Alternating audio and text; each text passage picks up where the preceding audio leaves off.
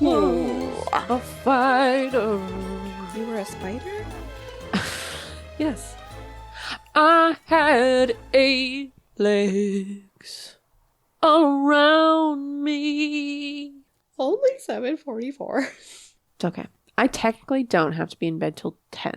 I don't know what that means. If I go to bed at 10, I will get 7 hours of sleep before my alarm goes off, which is just enough for me to not be a bitch. If I go to bed right at 10, I will toss and turn for 3 hours, throw a fucking hissy fit, bitch at fucking Rich because I'm uncomfortable, ask him where my heating pad is 14 times.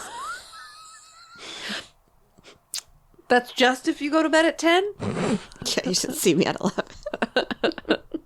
What's the best time for you to go to bed? 2 o'clock in the afternoon. And sleep for how long? An hour before you get hungry? Till 2 o'clock the following afternoon. Oh, wouldn't that be great? Yeah. Is it bad that I want to be like kind of like injured to the point where like I just don't have to do anything for like a week? No, I feel like that's a normal feeling, honestly. I've thought that many times. It's really sad. But like I want to get paid. I know. Like we just had a coworker, he had a seizure the other day at work. And all I could think was like, I bet he's getting paid. Right? And he's probably not going to be back for months. I don't know. He's probably going to have to go to rehab. Well, I had a coworker. It was her first day working at our branch. She had a panic attack, sat in her car for a second hour lunch. She took her lunch, came back, had a panic attack, sat in her car, and now she's on medical leave. For panic attacks? Yeah. Hey, man, you have panic attacks all the time. I was like, I didn't know that was a fucking option. Wow. I just come in and do my job, but whatever. And sometimes have panic attacks. Yeah. Like that one day that you had to leave and go get your medicine? Yeah. That was like a big fucking thing. We have a crying room for a reason. You really do Get have it a crying together. room? No. Is it a break room? No, it's my cash room.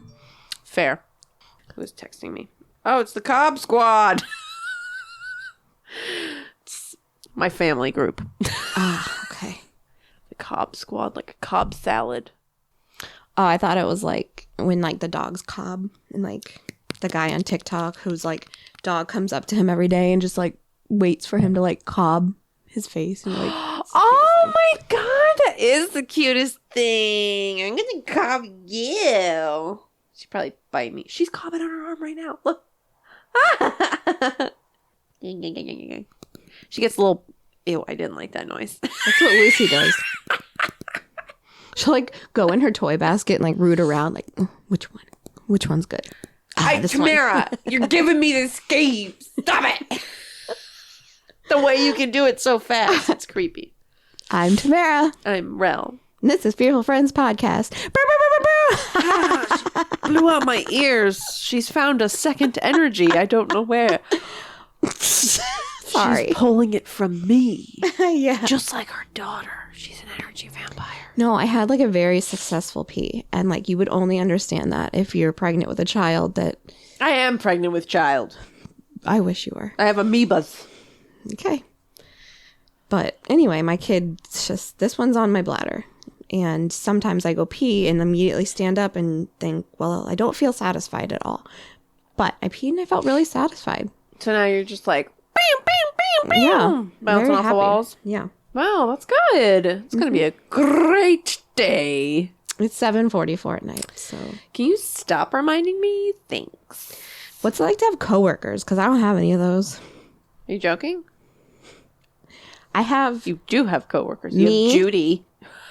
me, my boss, a banker, and Judy is a half person because she's only part-time. Oh, at least she's only part-time. Somehow she's there all the fucking time. Right? That's weird. That's 3.5 people that I work with. And you know what?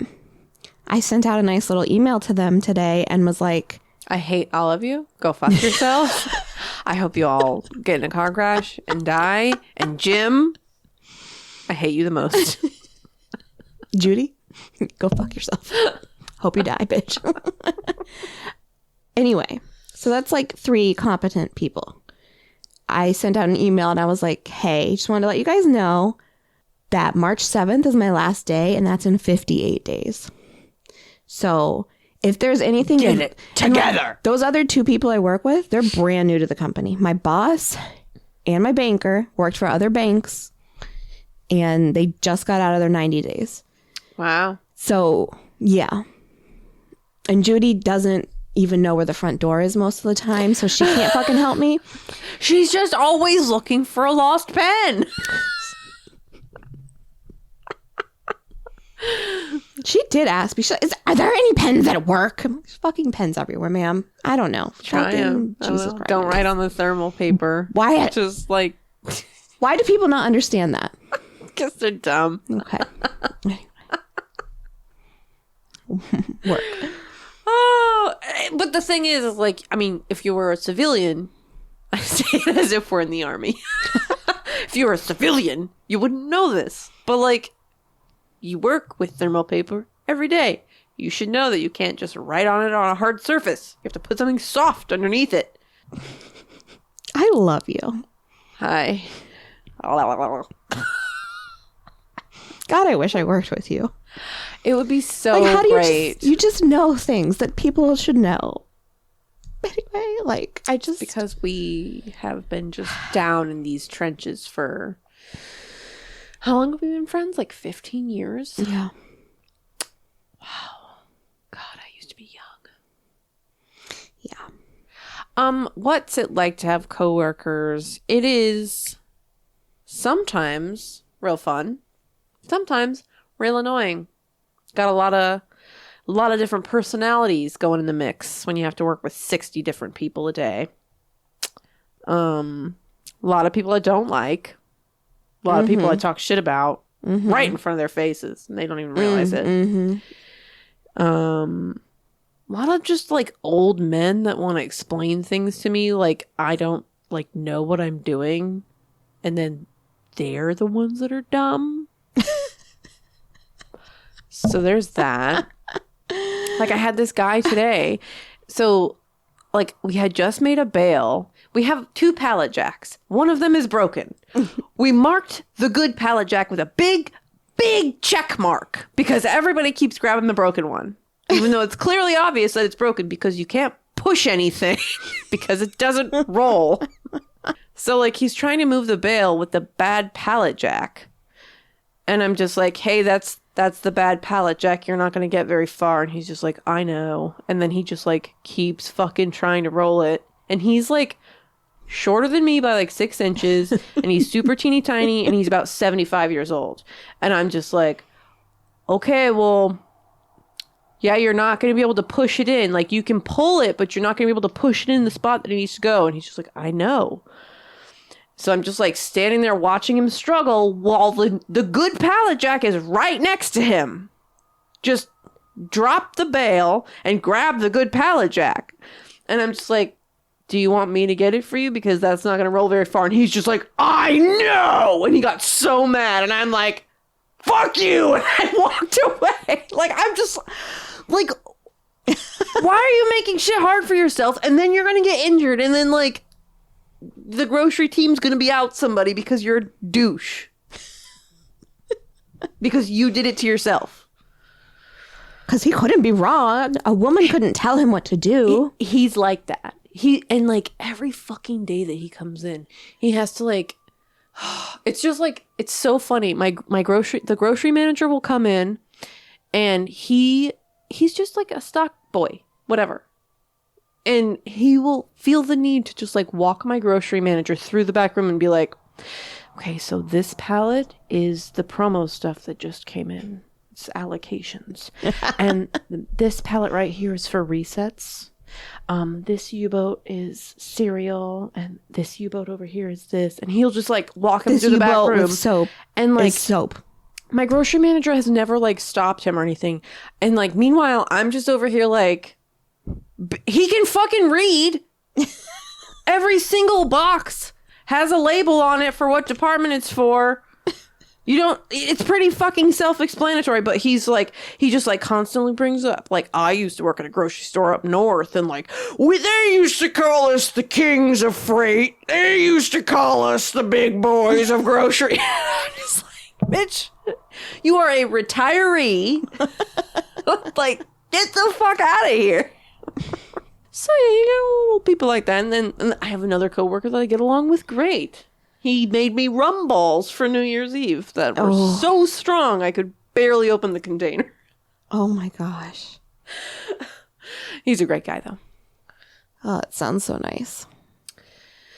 Yeah. And then I have just, you know, my other coworkers. I don't have any of those. And I'm going out on leave, like, real soon. I have, like, another one who, like, cries every single day about something. There's always something. Like, she came in on her day off last week. On her day off, I walked up to her in the produce department, and I was like, oh, look at you being incognito, trying to sneak in here. You know, I'm being all whatever, cute and She fake. turns around crying. She looks at me and does the Florence Pugh face from Midsommar, where she's just like, lip quiver, full sad frown. And I'm like, what's going on? And she's like, my friend's husband just died. Why and I'm like, are you here? okay. Not your friend's husband, no. Is it your husband? Okay. I don't know. It's always something. It's the same one that cried about 9/11. Not that people should. I cry every year about 9/11, but just like to fucking privately to myself when I'm watching the documentaries or listening to a recap podcast about it. But not like I'm not fucking rolling up to someone's door at 5 a.m. when I unroll the curtain and see her there with fucking tears all down her face, and she's just like, I knew someone who was on a plane. Like, okay, sorry. You should let her know that she can go on short-term medical leave. She would fucking love that. She literally says every single day, now that my husband's making good money, I don't need this job anymore. Why are you here, hun? If they keep trying me, I'm just going to tell them I'm going to go to part-time. If they keep trying me, if they keep fucking me, if they keep fucking me. And I'm just like, they keep fucking you every single fucking day. And they will continue to fuck you every single day. Because like me, you have a good work ethic. And they take advantage of people with that. They're like little vampires. And they just drain all the life force out of you. Because they want all the shitty people to get ahead. And then we just like build the foundations for their mountains of shit. Sorry. This is what it's like to work in a grocery store in 2025. So this is what it's like to have coworkers. Cutthroat. I'll fucking kill you all. You know, my husband still comes home from work every day and plays his grocery store game. He loves it. I fucking can't stand him. He's ridiculous. You know, I almost got a job at your husband's company. I wish you get a job at my company. I hate rich people, and I don't want to see anybody's money. They don't have any. I've got news for But you. no, do you remember our store man? Wait, Yes. you didn't work for him. The one I worked with Short guy with blonde hair. blonde hair. No, he had a goatee. I had this manager named Andrew, and he'd be like, well, I'm going out to the club tonight. Ew, no, not him. Gross. So He said club. White. So gross. It's disgusting. Stop. No, not him. No, not him. But he did come from Winn-Dixie. I worked with him, like, you know, way after you left the company. So you probably had never worked with him. But he was like a lifer at Winn-Dixie. And then he got moved up in corporate, saw the writing on the wall before all that Aldi shit happened, and was like, deuces. Now he works at your husband's company. Wow. And, yeah, he like offered me a job, and I was just like, do you drug test? They do not, which is good.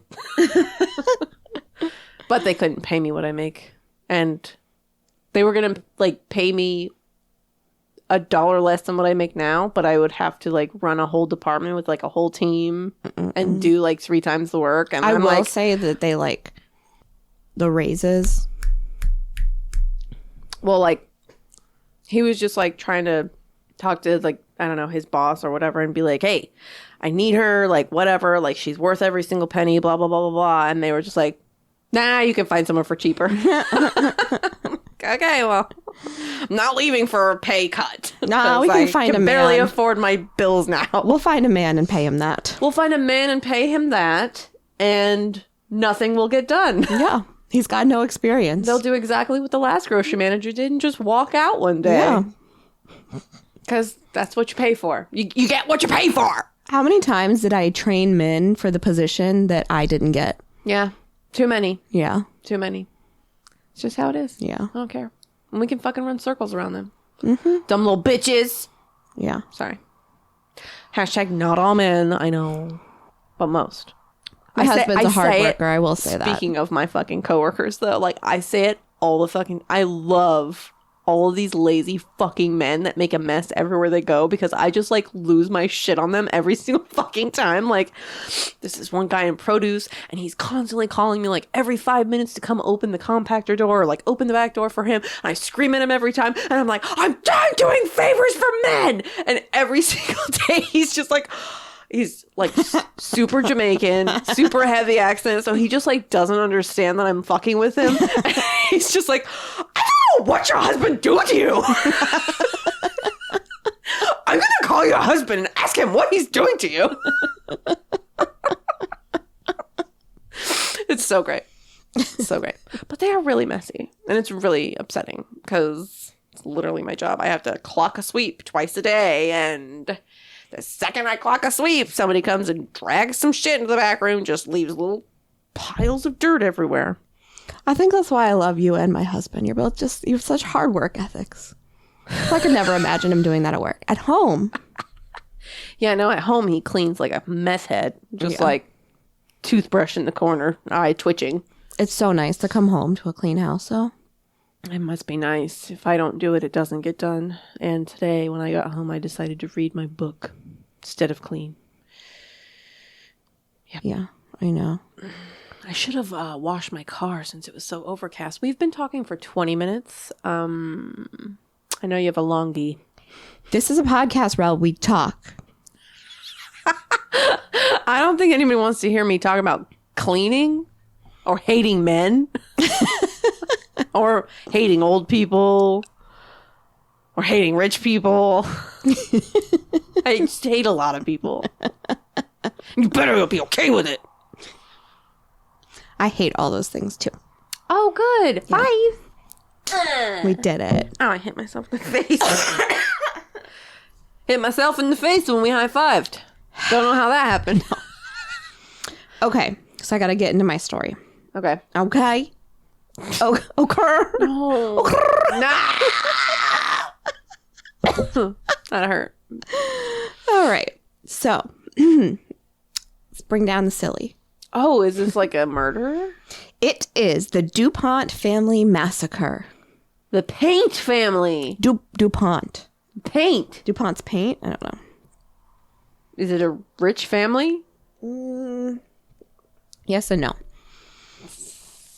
Okay, so this occurred in 2011. Oh, so maybe I'm not thinking of the right Paint family. Recent. This family lived in France. Tamara, that was 15 years ago. Yeah, but it wasn't like 1972, like my last story. Or Okay, like that's 1872. fair. I don't know. Or the Whiskey Rebellion. It's still 2010. I know.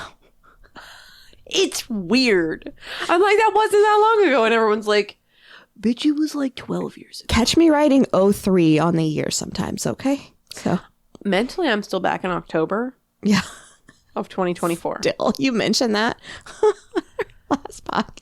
I'm still writing. Like, instead of writing 1, whatever the day is, I'm writing 10, whatever the day is. It's making for very confusing paperwork. You'll get over it. Maybe in February. So this family lived in France. The family was made up of the father, Xavier Dupont de Legionis.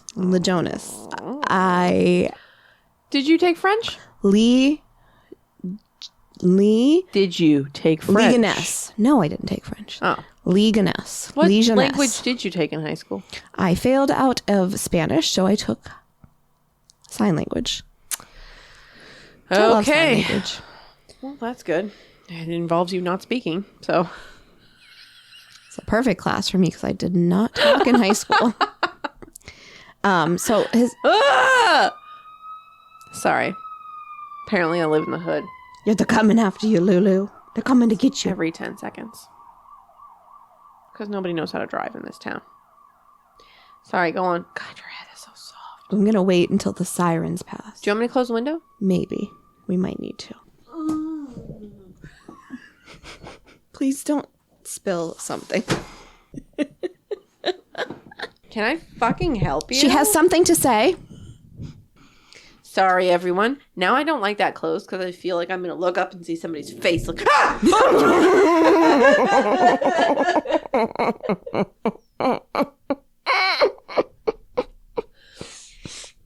I don't like it, Lulu.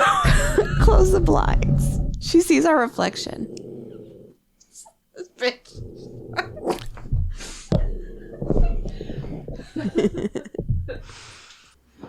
Okay, we're back from a window debacle.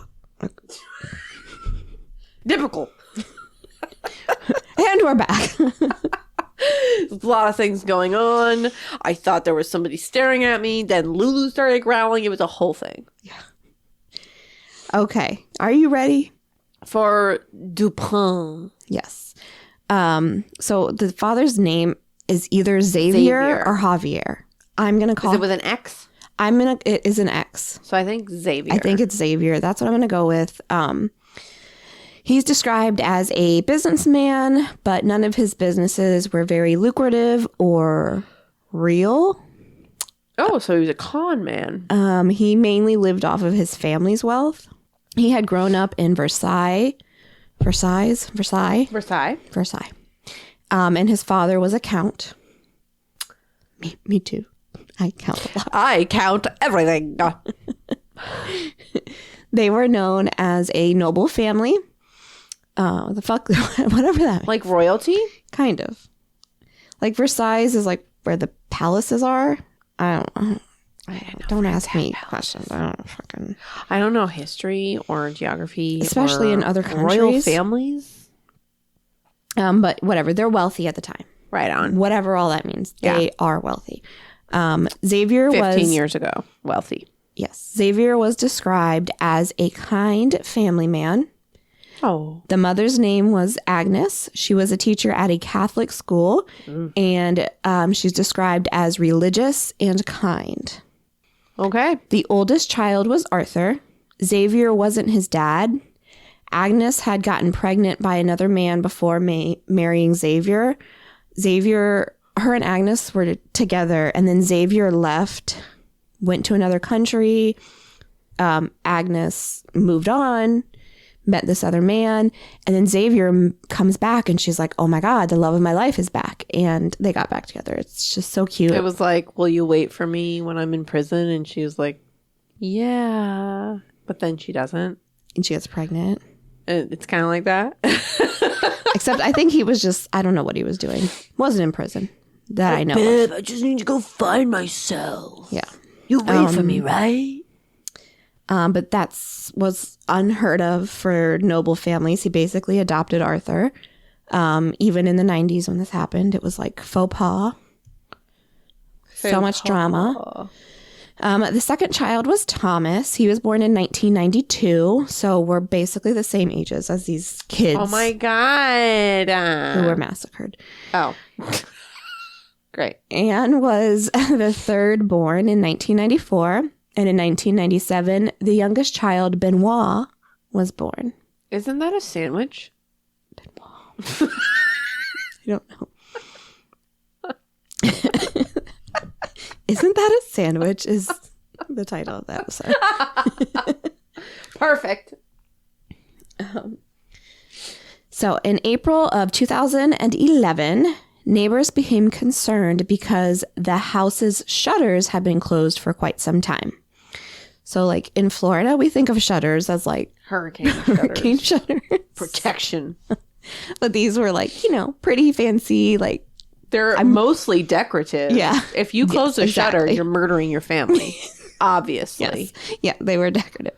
Neighbors have remarked that they had never seen the shutters closed in the 19 years they had lived there. They're like, I didn't even know they could close. One neighbor, Estelle, said she had noticed she had not seen anyone in the family for a while. She normally saw them daily, just coming and going for like normal like school, work, church type stuff. Estelle is the nosy neighbor we all need. Love. That's me. I'm constantly looking at my window. Are you the nosy neighbor? What are y'all doing? I actually am also the nosy neighbor. Yeah. You know me. I love to watch the rain. Yeah. On Christmas, my neighbor across the street had to break into his own house. And also... Did you freak out and call the cops? Because he's going to take his Christmas presents. Well, like, I was like, I'm pretty sure that a black man lives there. And this is a white guy breaking into a house. And we're at Christmas dinner just, like, watching this guy. But then he brought something inside and left. And I was like, what? I guess maybe they live together. I don't know. I've never seen a white man there. Whatever. Okay, moving on. I'm nosy. Did you call anybody? No. You're not nosy enough. I'm worried now. There was no like suspicious cars, and he got into a car and left. He like broke in, put something down, and then left. It was a reverse. It was a reverse theft. It was Santa Claus, I think. Yes, that is Santa Claus now. Instead of the reindeer and chariot, he drives a shitty Toyota Camry. Exactly.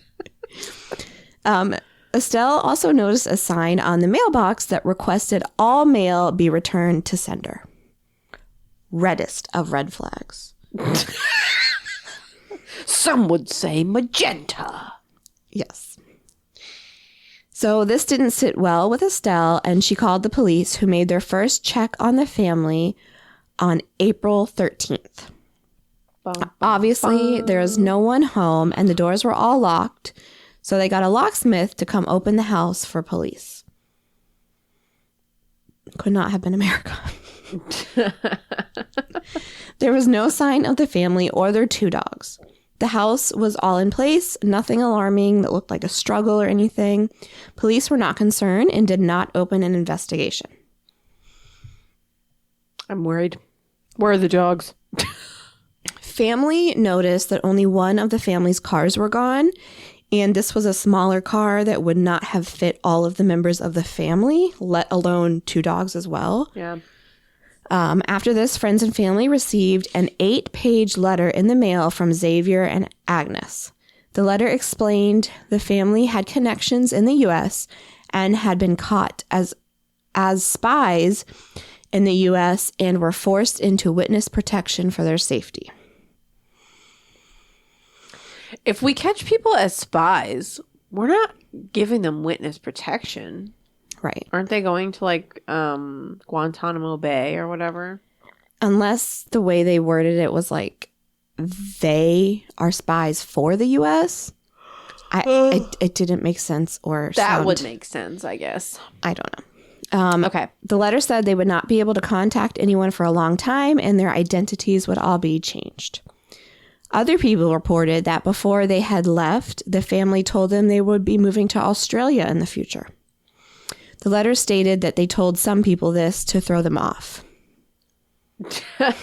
They just thought of everything. Like, hey, I'm going to be moving to Australia. Sure. If I disappear and my entire family disappears. And my dogs. We're in Australia. If they have the money, they are nobility. Yeah. This is a nice, quiet, religious family, like a noble family. But they also didn't think that they would ever, like, their family didn't think they would lie to them. Like, they took the letter at face value, basically, because they are like... Well, it's not like they walked over there and there's blood everywhere, you know? Well, at least, like Xavier's side of the family, they're like, they don't lie. Like, they don't make things up. Agnes's side of the family couldn't believe that Agnes would leave without talking to them in person and saying goodbye, so they reported it to the district attorney in France. Police then returned... skip the police altogether. Go right to the top. Police returned April 15th to do a more thorough search of the home. Everything was the same as the first time. But one officer noticed all of the family pictures had been taken out of the frames. So now there's just empty frames on the wall. Which is, that's spooky. Yeah, like very eerie, yeah. Unless, did they sell the house? Maybe it's like the real estate agent. She's just like, I need to put a family in these pictures that doesn't look so miserable. The police returned to the home quite a few times, and each time nothing had been changed or disturbed, and they never found anything else off at the house. On their sixth visit to the house on April 21st, they finally found something. Their sixth visit? Yeah. At the same time that the police are doing this search, the district attorney is giving a press release about the family to state they will be opening a case. In the middle of his speech, he stopped due to a critical call he needed to take. This is like out of a movie. Could you imagine somebody just like in the middle of a press conference being like, hold on. What?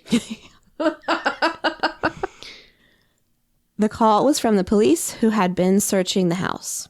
They said they had found bodies wrapped in plastic bags and taped shut, buried under the back porch of the house. Oh, I thought you're yawning. I thought you were like... I was yawning. My jaw is on the floor! Okay. The press immediately knew something major had been discovered since they stopped the press conference in the middle and told them it was all over. The press immediately headed to the house. The bodies were found first wrapped in blankets and then in plastic. Each body had a small religious token with it, like a cross or a statue of the Virgin Mary or rosary. So I'm starting to remember this story. Maybe I could be wrong. Okay. Whoever had done this had like cared about the bodies to like bury them like religiously or you know, like at least like try to do something nice for them. The bodies were identified as Agnes, Arthur, Anne, and Benoit. So Xavier's not there. As well as the bodies of their two dogs. My babies! They have 4 kids. 7 family. So we have Agnes, Arthur, Anne, and Benoit. And their 2 dogs were also dead and buried there. Thomas's body, so he's the second oldest kid, and Xavier's like real son. He was located in the backyard, but separate from the rest, like buried more of like under a tree.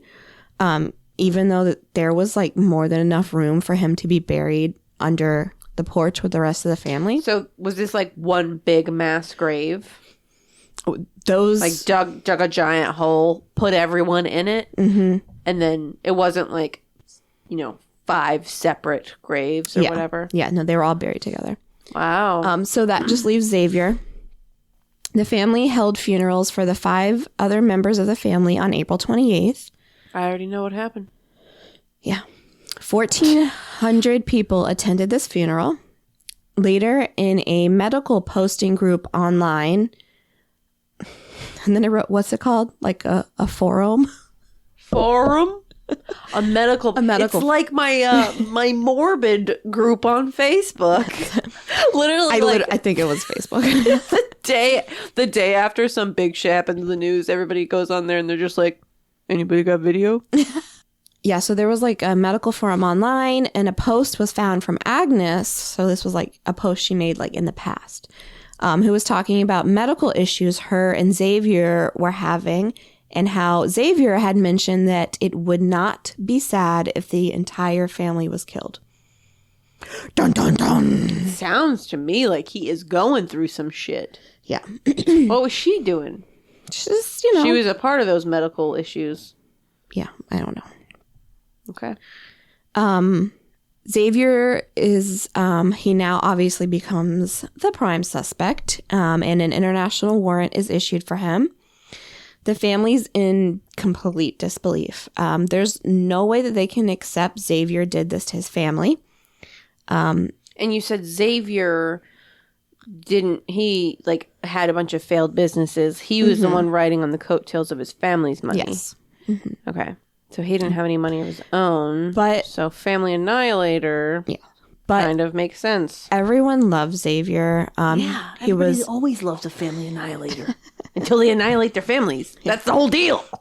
Pillar of the community. Oh, God. Here we go. A pillar of the community. So he was a great father, husband, and a friend to everyone. He was a very affectionate man who always hugged everyone and made sure to tell his family he loved them. No one could see how this man could do this to his own children. Xavier's family also said that Xavier had really bad back problems and had suffered for years. Everyone said there was no way he could have buried his family with the pain he had been experiencing. You do miracles when you got to get a job done. Kill them, drag their bodies out there, wrap them up, clean the crime scene, plus 2 large dogs, dig huge holes, and it didn't make sense to anyone. Yes, ma'am? It's because he didn't do it on his own. That's why Thomas was buried separately. Oh my God, I solved it. Seriously, that's I think. Anyway. He probably forced him to at gunpoint or something. Something happened. Xavier's family said he wasn't even able to bend over at this point in his life due to the pain he was experiencing. But the odd evidence kept coming to the surface. The family rented the home that they lived in, and the lease was terminated before the family had gone missing. The children's private schools had received a final payment for all the children, we're done here. Close accounts. I don't know. The bank accounts had been drained. The Catholic school Agnes worked for had been told she would be moving away to Australia, and Xavier had also called into the school reporting Agnes was in the hospital and not able to be at work for a while. 17 million different stories going on. Autopsies were given to the mother and children, and sleeping pills were found in all their systems except for Agnes. Investigators thought this was because she had sleep apnea and her machine would help her sleep really deeply. Okay. I don't know. Is that a thing? I don't know. Rich has sleep apnea and he will not use his machine because he just cannot sleep with it. So, whatever. Maybe if we were noble, he'd have a better machine. Can he die, though, if he's not using the machine? I don't know. Probably. Don't you, stop breathing? Yeah. Actually, it's been a lot better since we moved out of our other house. Oh, yeah, because you definitely had fucking black mold. Yeah. So the machine was stopped at 3 a.m. on April 4th. So it's believed that she was the first to be attacked that night. The sleep apnea machine? Yeah. Oh, it keeps track of the last time you use it and shit? Yeah. Even with Rich's, it sends all the information back to his doctor. Oh, that's interesting. I didn't know that. I think some even have apps and stuff. Even your, calm down. Okay. The children were killed one by one, all with two bullets to the head by a 22 millimeter gun. Two? Oh. And none of the neighbors heard any of the gunshots, so it was theorized the killer had used a silencer. But there is also no trace of blood in any of the bedrooms or anywhere in the house. The autopsy showed the victims were all asleep when they were killed, which is just so fucking weird. I just couldn't imagine two bullets. One through the head. 99% of the time would suffice, but the fact to do two, could you imagine doing that to your child? I mean, no. You couldn't, but I don't know. One would be bad enough. I know. Why the second? I think it was just to really ensure that they were not alive. Seems real icky. The whole thing is that's my summation. Yes. It feels gross. Nothing pointing to a crime was found inside the home. No fingerprints or any forensic evidence at all. So where did the murders happen? Not even normal forensic findings from a family living in a house. Like, no fingerprints, no hair, nothing. Oh, you're saying it was expertly cleaned. So, like, how would Xavier wipe this entire huge house after committing these murders, though? Pay people. Also, He's rich, right? not alerting money. a single neighbor that anything was happening. It's like very unlikely that he could pull all that off alone. Basically, like 7 bodies. Was Thomas's cause of death the same? 2 to the head? Yes.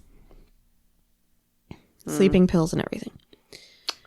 Really? Sleeping pills too? Well, that kind of throws my idea out of the water. Just wait. So Xavier had never been in any trouble with police.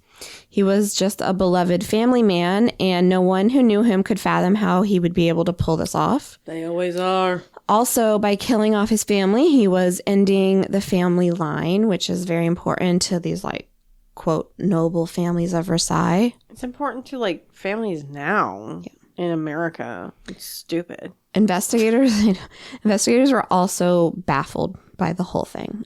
From an outsider perspective, all was completely normal. They were an upper class family in a nice neighborhood and went to private schools, like a societal, like, you know, nice upbringing. I don't know. They're French. Fun. Investigators dug into the family's history and were able to find some issues from Xavier's past. In the early 2000s, the family moved to Florida to try to pursue... Everything bad happens in Florida. to pursue the American dream. But that didn't work. And I wrote, I blame Florida. Yeah.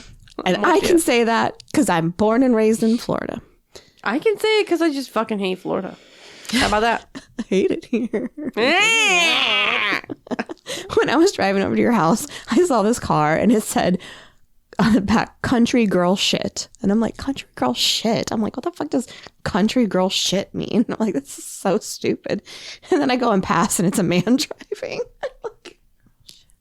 Very confusing. I thought it was like, you know how like everyone's walking around just being like, dumb girl shit. Or, I don't know, it's a TikTok thing. I'm not on TikTok, so I take things from suggestions. I don't know. Like, I guess it was like, I'm doing country girl shit, but it's just like country girl shit. I don't know. On a car? Like, I don't understand Maybe he's like, he forgot a comma. And it was like, country girl shit. Or country girl shit. So fucking dumb. What a dumb bumper sticker. At least make it make sense. I like the ones that make you think. Like the ones that are like, they're upside down. It's like, if you can read this, I'm not okay. And I'm like, they put that sticker on upside down. Oh, I get it. So stupid. Sorry. Okay. So, the move to America completely drained the family of any money.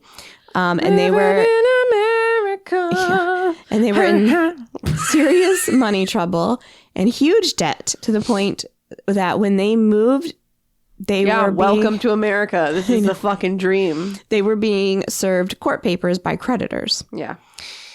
All of Xavier's businesses were failing, and he wasn't able to bring any money in for the family to live off of, and they were having to face selling their homes and taking the children out of their private schools. I don't know why my hot dog business just won't take off. One of his businesses was apparently a money moving company.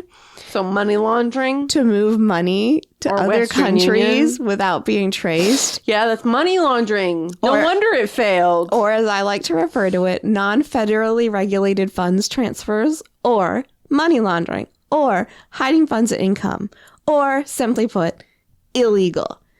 Now, here's where I go on a side tangent. Oh, God. When you move large amounts of money, either at a bank or a Western Union or MoneyGram or whatever, it's legally required. Over $2,000, you have to give a bunch of information. That your You have information... to fill out a SAR report or whatever. Your information is recorded and sent to the U.S. government. And what's it called? Not a SAR. Do you remember? I thought it was called a SAR. That's a suspicious activity report. They go hand in hand. I don't remember. Currency transaction report, a CTR. I love you so much. Yes. Okay.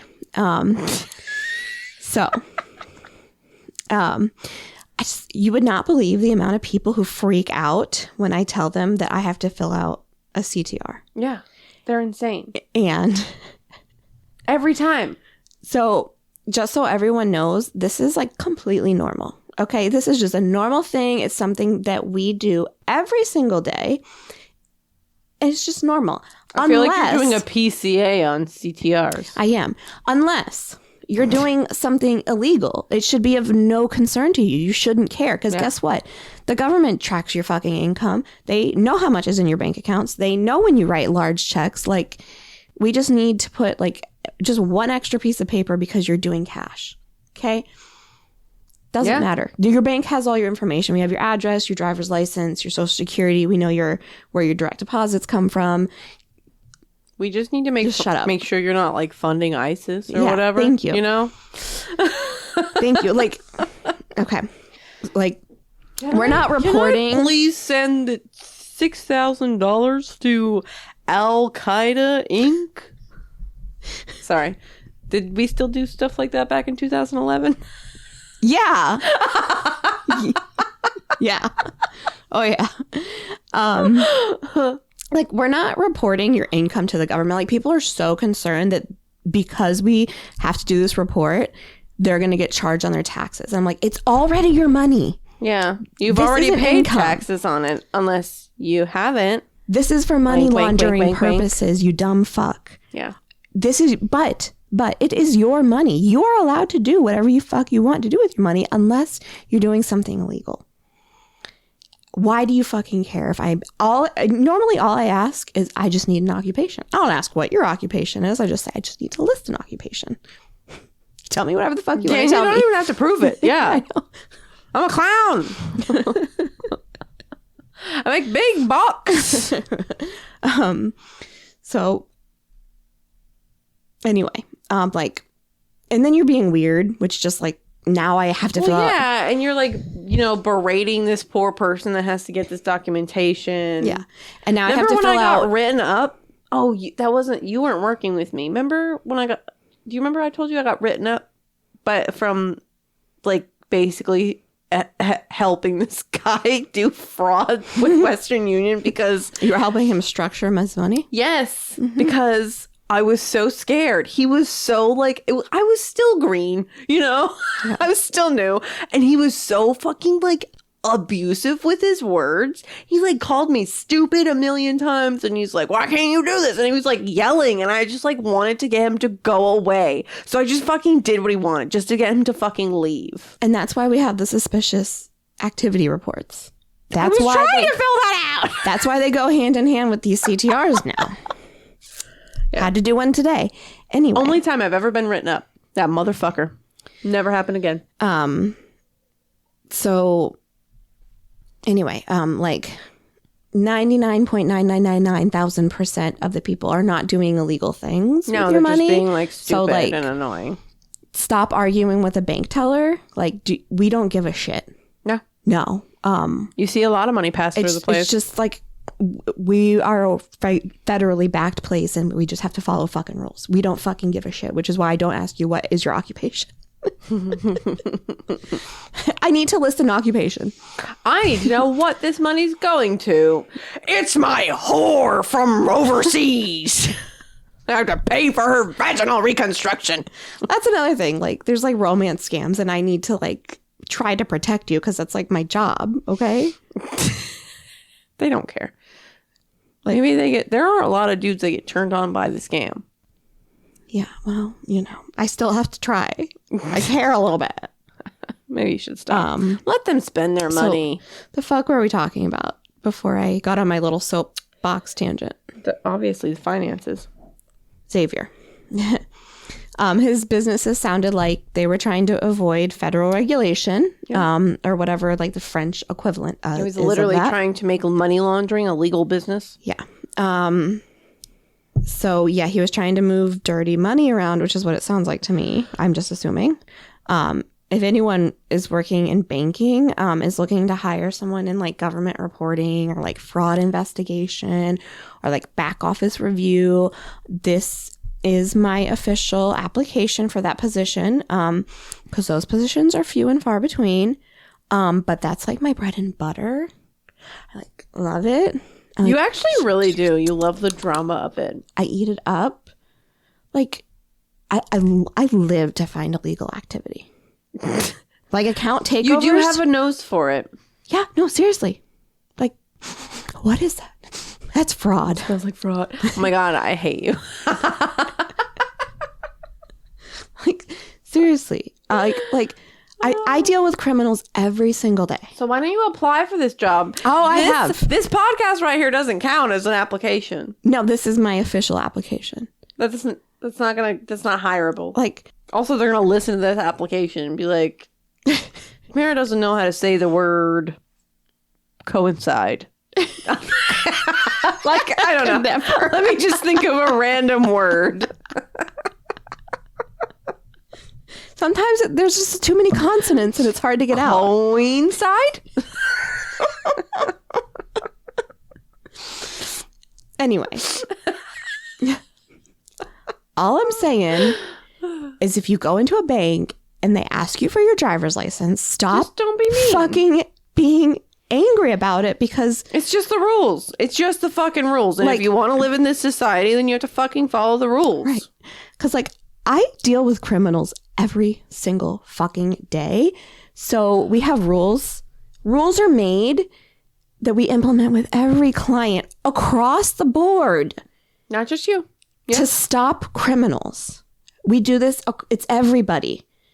Because it stops the bad. I don't care that you're bad, but the fact that we are uniform and we do what we're supposed to do, like asking for your driver's license. You should run your own branch. I should run the fuck away.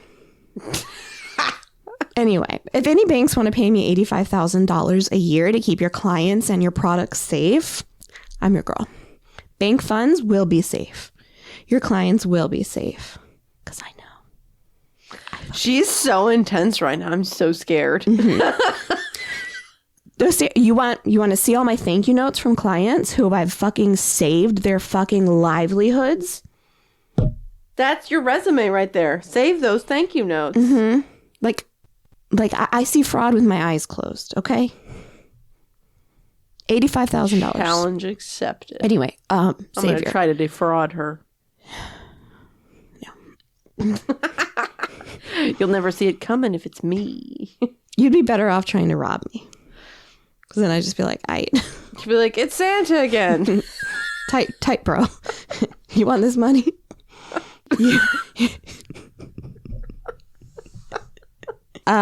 Xavier. We don't trust him. Okay? I still maintain, he's guilty. Yes. He's guilty of something. Don't put me on a jury, because I'm already just like, he's guilty. I don't know what happened, but he's guilty. That's what I'm going to do if I ever get picked for jury duty. Guilty. No, I will ride that to the very end if I don't have to go to work. Oh, shit. No, I don't want to be in jury duty. I would love it.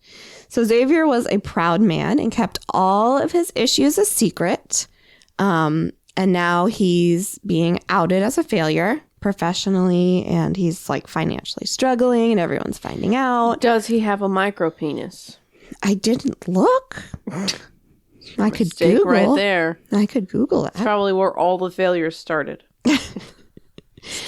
So in January of 2011, just 3 months before the murders, Xavier's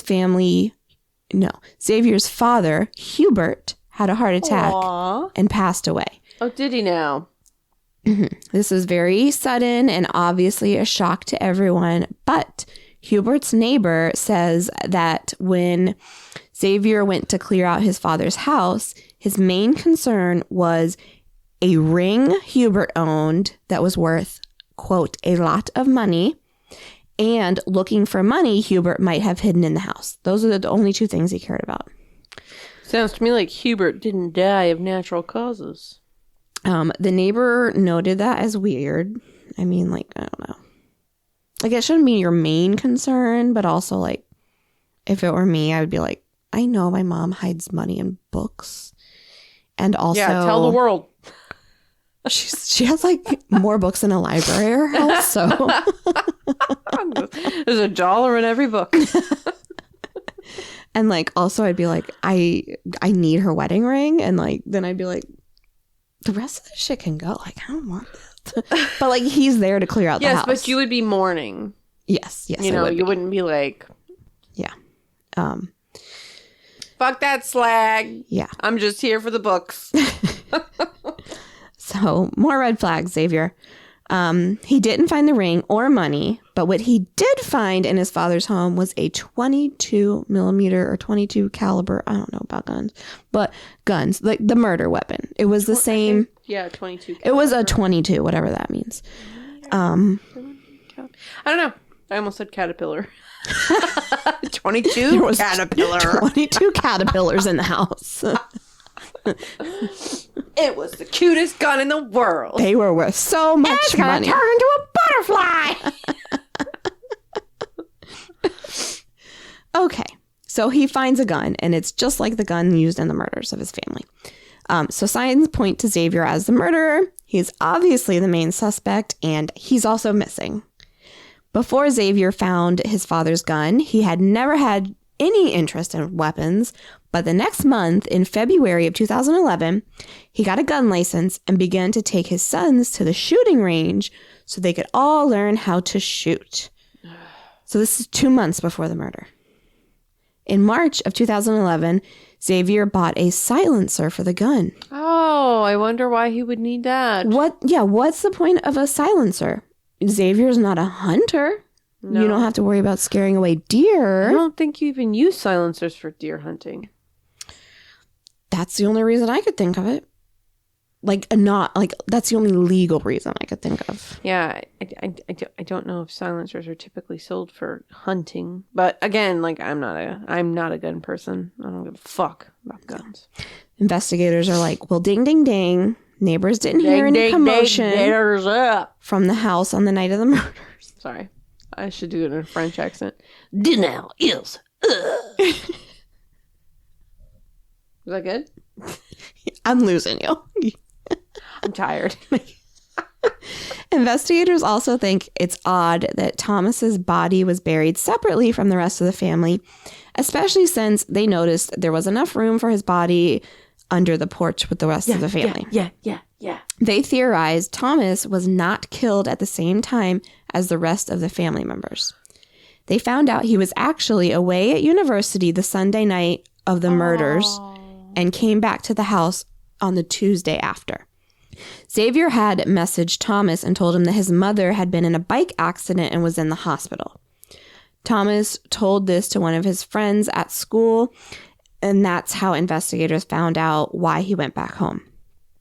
Thomas was actually communicating with his friend from school until around midnight of that Tuesday, when he just suddenly stopped responding. And that's thought to be when he was drugged with sleeping pills like the rest of the family, and when he would have been killed, and why his body was not with the rest of them. Wow. Here, I thought he helped him. I still do too. Right? Because, yeah, I mean, if he had a bad back. Originally, I was concerned that Thomas was involved and helped his dad kill and bury the bodies and clean up. But so investigators don't think that's what happened. That's what I think happened, though. I think that's what happened. Well, yeah, because, I mean, if he did have that bad of a back, then how did he do everything that they said he did? I mean, like, I know, like, I have a bad back. I know I can still do things and push it, even though it hurts, but, like, a whole ass body? It's not no 50-pound bag of flour. It's like a 150-pound person. Yeah. And like another thing I think is weird is that like Thomas comes home and none of his family's there. And he's not asking questions? And like the whole reason that his dad asked him to come home was so that he could go to the hospital to see his mom. And like that was just weird to me. But like also maybe he just got home late at night and thought everyone was sleeping and just went to bed. And it was that night that he got there that he was drugged, allegedly. Yeah. Whatever.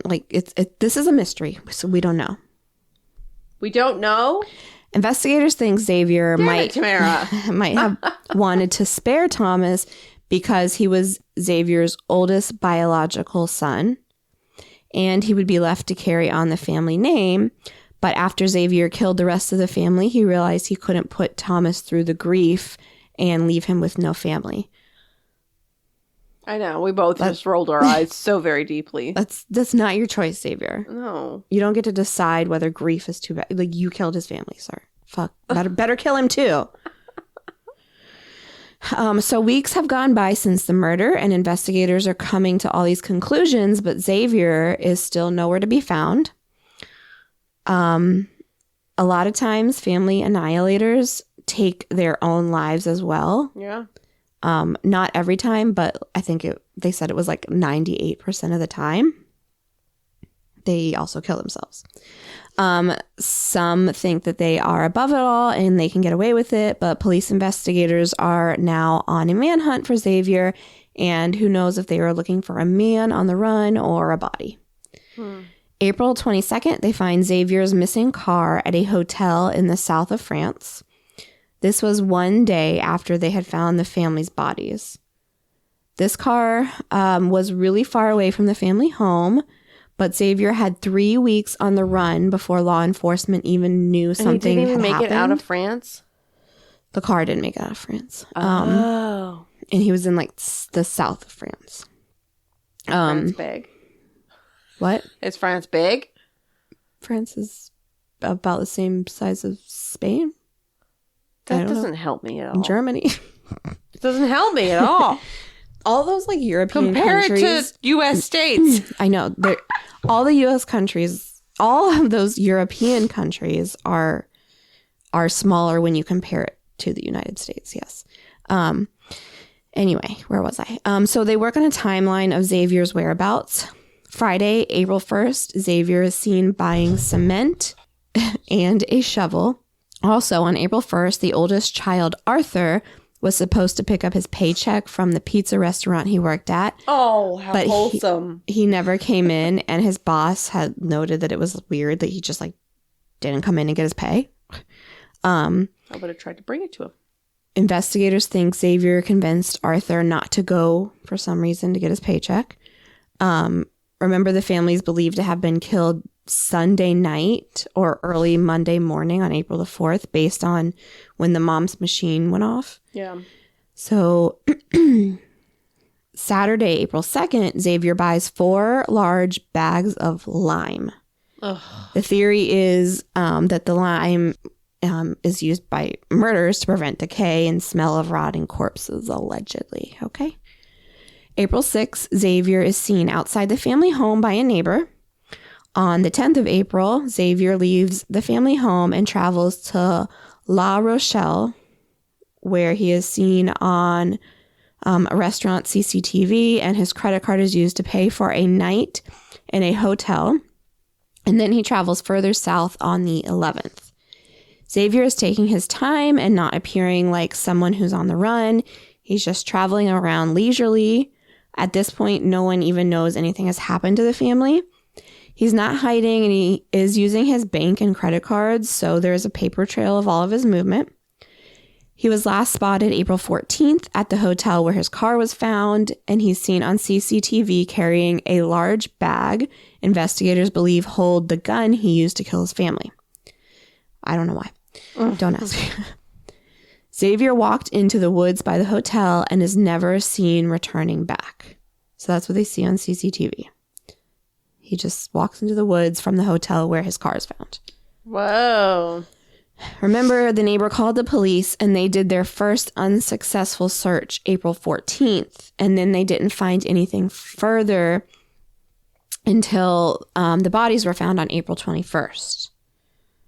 So plenty of time. He had, all this time. They think he's gone into the backwoods of South France, near where his car is found, to take his life. Police form a huge search party to look at every known area where he could have gone, basically where he could have fled on foot to end his life. Nothing is found. No body is ever recovered. No gun is found. No animal evidence you would see from scavengers eating a body. Bones or something. So, did he leave the woods or did he take his own life and they never found him? Police report to the public that they believe he has taken his own life, even though they have no concrete proof. That's a very... Yeah.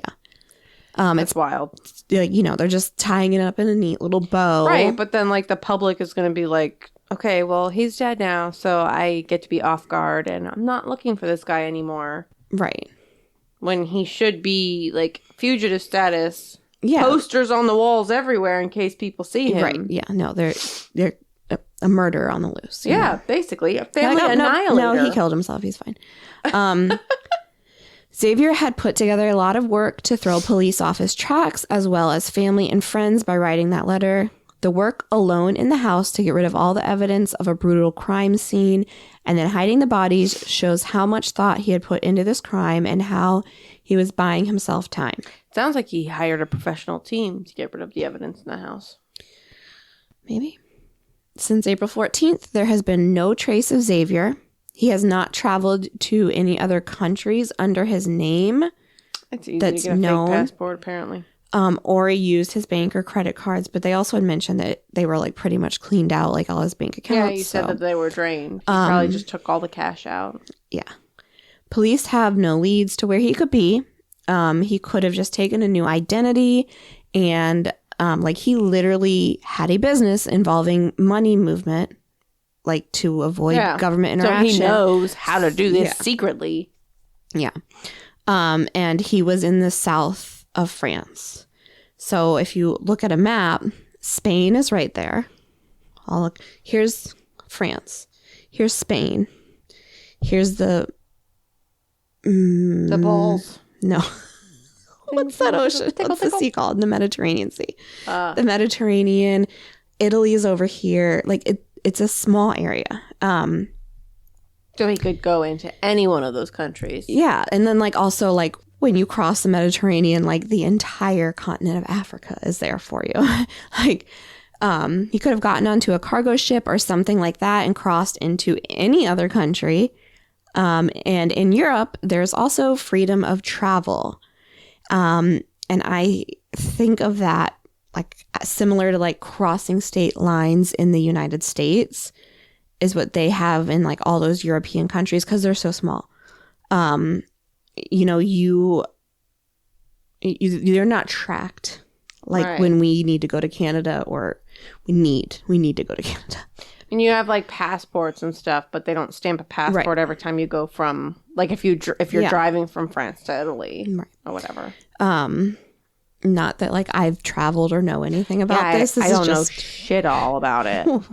What I'm thinking, but you don't have to stop and go through customs and border crossings. I think they do have border crossings at some places, but I think they just basically search the car for drugs. I don't think they're looking for a murder weapon. Right. So it's easy for Xavier to have left the area. Xavier is just a normal looking guy with no special distinguishing features. So perfect to just blend back into society. Yeah. And he doesn't stick out, and no one's gonna notice him when they walk by him on the street. He's been missing since 2011. No one knows if he's dead or alive. There have been sightings, but none have led to Xavier, and they've all been mistaken identity. The family did have another car that no one knows what happened to, which is weird because at the beginning they said... It was just that one little car that wouldn't fit the whole family that was missing. Only one car was missing, but now it says that they had another car, and I'm was that Thomas's car? I don't really understand that. I got some mixed details. There was not a lot about this case anywhere. It was so hard. No, the case that I was thinking about, this is totally not it. So Xavier's sister thinks the family is still alive and living under the witness protection, and the bodies found were not the family because some reports of the bodies found doesn't 100% match the family's body types. Did she go look at them? I don't know. I guess Who is she to the family? Like the aunt, Xavier's sister. Like the sizes didn't match, like the height and the weight didn't match. But they were also like in the ground for a couple weeks, right? Exactly. So it's chalked up to normal decay and the lime juice beginning to erode the bodies. Yeah. Lime juice. Whatever helps you sleep at night, lady, you know. Anyway, that's my story. Google this man. His name is Xavier Dupont de Ligonnès. It's obviously in the show notes. The wiki page has a timeline for the whole family that has so much detail, but I just didn't have enough time to get into it unless you wanted to do 47 parts of this episode. That guy? Yes. There were some conflicting timelines where some neighbors report seeing Agnes after the 4th when investigators think she was killed on the 4th. Yeah, but don't they have a time of death for her based on like her autopsy? Nope. The medical examiners were unable to determine exactly when the family was killed. Really? Honestly, I could go on and on about this. I'm sorry. I first heard of this crime from a TikToker named Crime Queen. It's KrimeKWEen. As of this time of recording, we still have TikTok, and like, whatever. I'm not going to get into it. They're trying to take it away, and I don't know what I'm going to do. But anyway, this already happened like 4 years ago. I don't know. Anyway, if TikTok's still a thing when this episode comes out, part 1 of this case is pinned. TikTok will still be a thing. It's pinned on her page. Anyway, I looked for a podcast covering this, and I could only find one fucking podcast. Really? Wow. And that's where I got most of my information from, the podcast Curiously Morbid. It was their first episode from August 3rd of 2020. Wow. Yes. So I don't know how there isn't more podcasts covering this case because it's like bonkers to me. I'm sure there are, but I'm just like really bad at researching. My sources are Wikipedia, TikTok. Oh. I love Wikipedia though. It does help in a pinch. There are documentaries about the case, but most of them are in French. Apparently there's a Netflix documentary, but it might only be on like European Netflix. Oh, you couldn't find it on ours? Because I do have a lot of... I opened up my Netflix thing to show me foreign films too. Mm-hmm. And now I'm seeing like a lot of like foreign true crime films. Well, I know that like in order to see some things on Netflix that are foreign, you have to have be a in VPN. Their zip code or whatever. If you have a VPN, you can do it. There should be an episode of Unsolved Mysteries on Netflix called House of Terror that covers this case. It is the case I was thinking of. But, okay, I don't have a Netflix account because, like, I am a grown-up and I'm financially responsible and I make grown-up decisions like canceling subscriptions I don't use. I'm really proud of you. Unless... Like, I Except will. That I really wanted you to watch like The Witcher and like a million other things that I wanted you to watch. When Stranger Things comes back, I will. When they have a new episode, a new season, I will get Netflix again. Will you watch The Witcher? Yes. Promise? Yeah. Can we cream over Henry Cavill together? No. Why? Wait, is The Witcher like set in another time? Is there like fairies? What is? There's no fairies, you bitch. There's witches. That makes sense, actually. It's magic. Anyway, that's my case. A sexy man with white hair. Sorry, Henry. I know you're a listener. Oh, God, I wish he was. I wish he was. Can you hear me goosh from this far away? No. Disgusting. All right, it's 9:00. We have to end this. I have to go to bed. I'm tie. Yeah. All right. Follow us or whatever. Our TikTok. I'm not used to this. our Instagram, Fearful Friends Podcast. Fearful Friends Podcast on Send all your the things. crazy except for stories to fearfulfriendspodcast@gmail.com. Bye, friends. Bye.